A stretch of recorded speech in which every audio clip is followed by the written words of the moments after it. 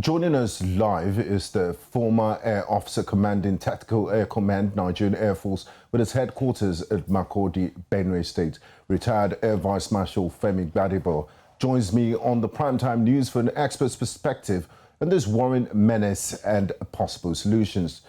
Good evening, Air Vice Marshal Gbadebo. Good evening, and thanks for having me.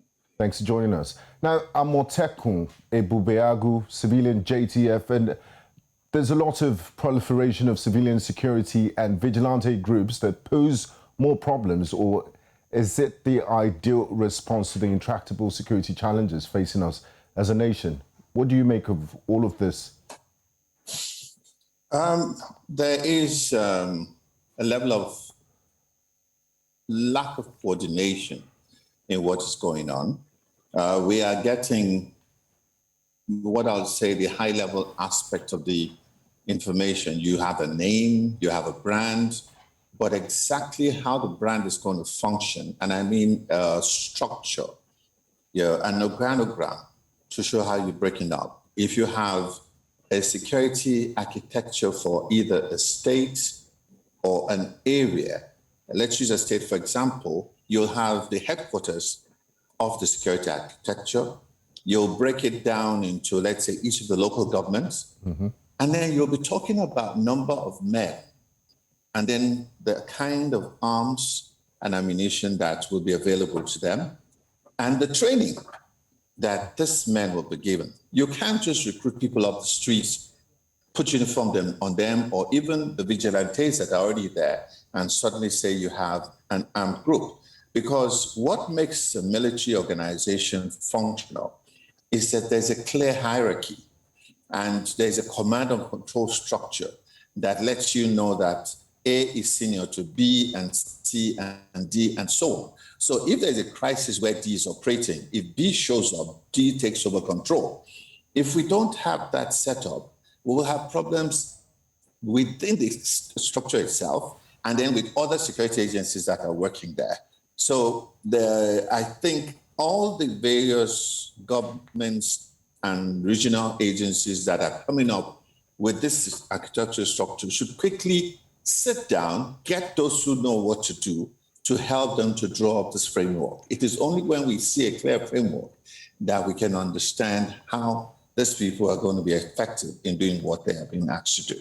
Now, AVM Gbadebo, the reason why this state government and some governors have come up with this is to replace the vacuum. It's because there's been a breakdown in law and order, and traditional security agencies have not been able to live up to expectations. So what urgent steps can the government take to stop the lack of trust and belief in the security in this country? Because all this Amotekun, Ebube is just self-help, because the people feel, you know, the traditional security architecture has failed them.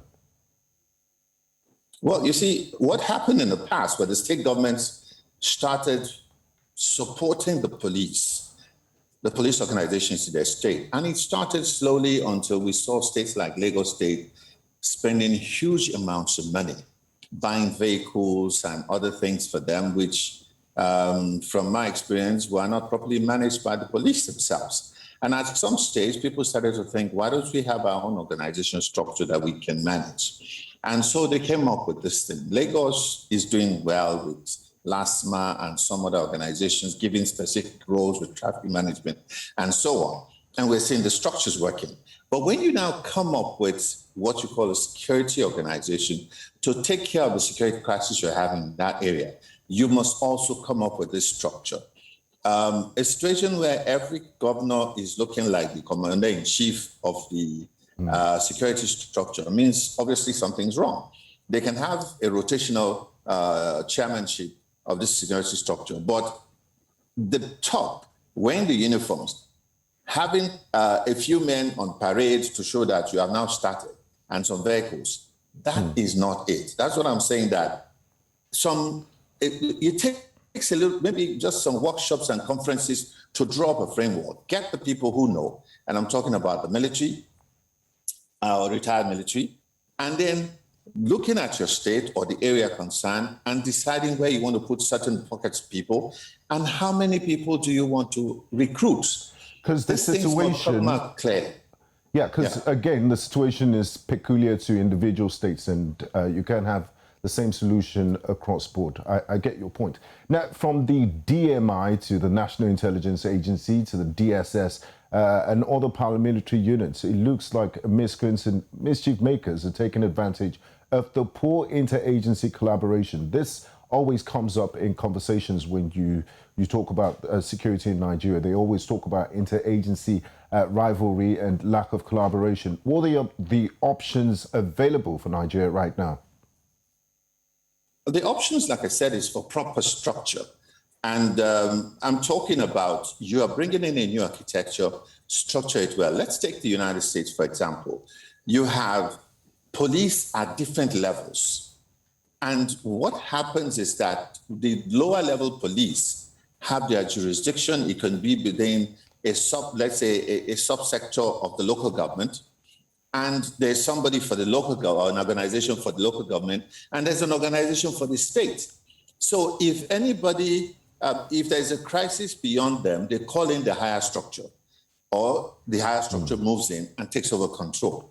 This is what I'm saying, that you are setting up something, you must make it clear, make it plain for everybody to see how you organize and your good intentions, and so that there will be no misunderstanding. And then what is the level of training? I'm not talking of just military training, but the background of the people that you're bringing to set up the structure.